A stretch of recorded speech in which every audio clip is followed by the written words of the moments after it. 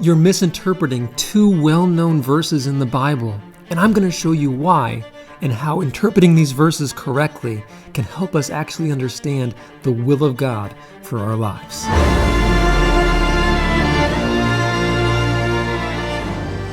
Romans 12, verses 1 and 2 says, I beseech you therefore, brethren, by the mercies of God, that you present your bodies a living sacrifice, holy and acceptable unto God, which is your reasonable service.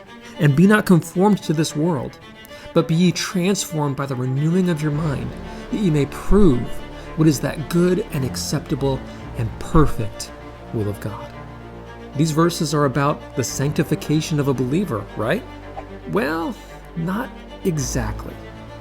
You see, Romans 12:1 starts with, I beseech you, therefore, brethren.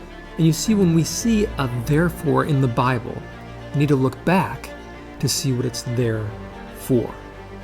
Romans chapters 9, 10, and 11 are focused like a laser on the subject of the Jewish people and their relationship with God.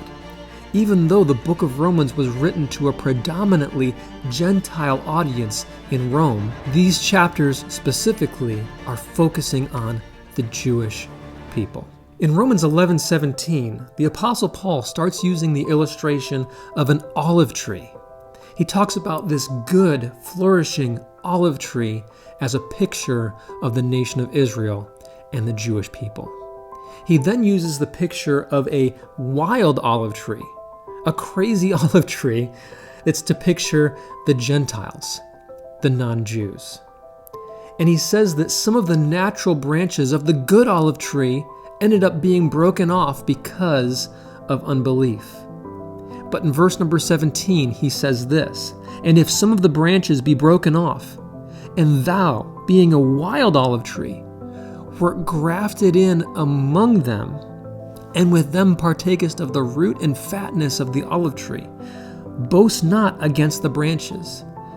But if thou boast, thou bearest not the root, but the root thee. You see, unfortunately, in Paul's day, and also in our day, among Christians, there is a wrong view of the Jewish people.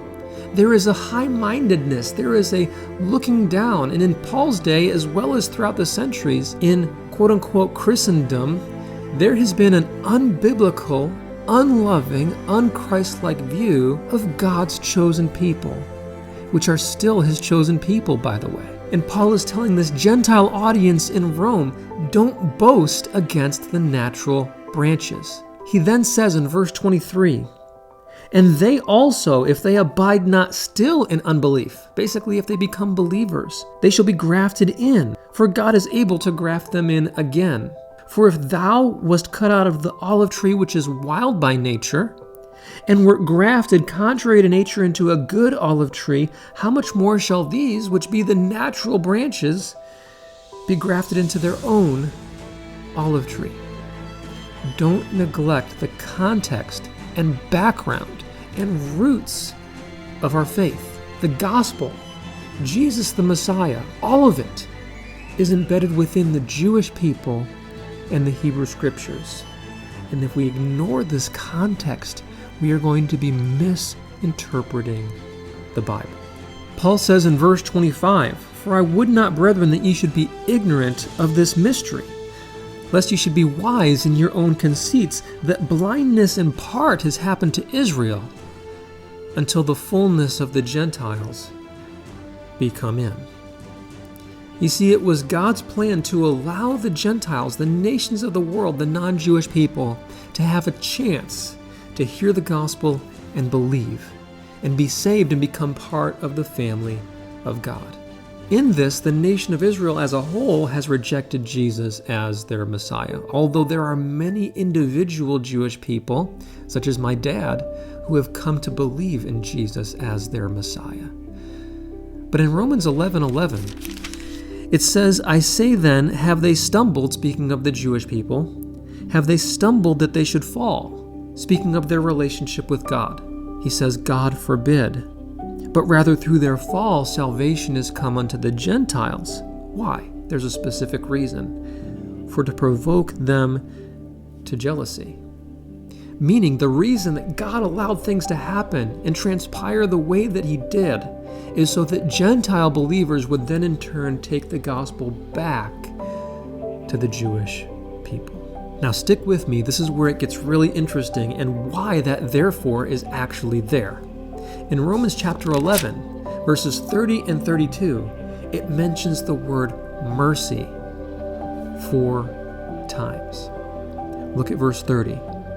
For as ye in time past, speaking of the Gentiles, as ye in time past have not believed God, yet have now obtained mercy through their unbelief, the unbelief of the Jewish people. Because of them rejecting Jesus as their Messiah, you had a chance. And you can mark it down somewhere in history. At some point, a Jewish person told a non-Jewish person about the gospel, and then it came eventually down to you.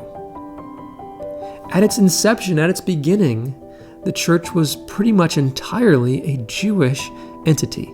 So at some point, a Jewish person told a Gentile about Jesus, and eventually it came to you. For as ye in times past have not believed God, yet have now obtained mercy through their unbelief, even so have these also now not believed, the Jewish people, that through your mercy they also may obtain mercy. For God hath concluded them all in unbelief, that he might have mercy upon all, Jew or Gentile. This is where we get to the therefore. Romans 12:1. I beseech you, therefore, brethren. Paul is begging. He's begging his audience of Roman Gentile believers. I beseech you, therefore, brethren, by the mercies of God. What is the mercies of God? Gentiles having a chance to be saved so that they could then take the gospel back to the Jewish people. I beseech you by the mercies of God that you present your body a living sacrifice. You see, in Paul's day, in the first century when this was written, it was a very dangerous thing for a Christian to share the gospel with a Jewish person. They were literally taking their lives in their hands. And Paul is saying here, I'm begging you that for this purpose, for this reason, you present your body a living sacrifice, holy and acceptable unto God, which is your reasonable service. Why? Everything we have as believers, we owe to the Jewish people. And it's God's plan and God's command that we take the gospel back to them. It's our reasonable service. It's the least we could do. And then he says this in verse 2. And be not conformed to this world. This world in Paul's day, just as it is today, is very anti-Jewish, very anti-Semitic. The thinking is all messed up and it is so unbiblical. Don't be conformed to this world's thinking about the Jewish people, but be ye transformed by the renewing of your mind. By what I'm telling you right now, be transformed by the renewing of your mind, your thinking about the Jewish people. Why? That ye may prove what is that good and acceptable and perfect will of God. And the word prove here does not mean to find or to figure out. It means to put to the test something that God has already shown us. What is the perfect will of God? It's Gentile believers taking the gospel back to the Jewish people.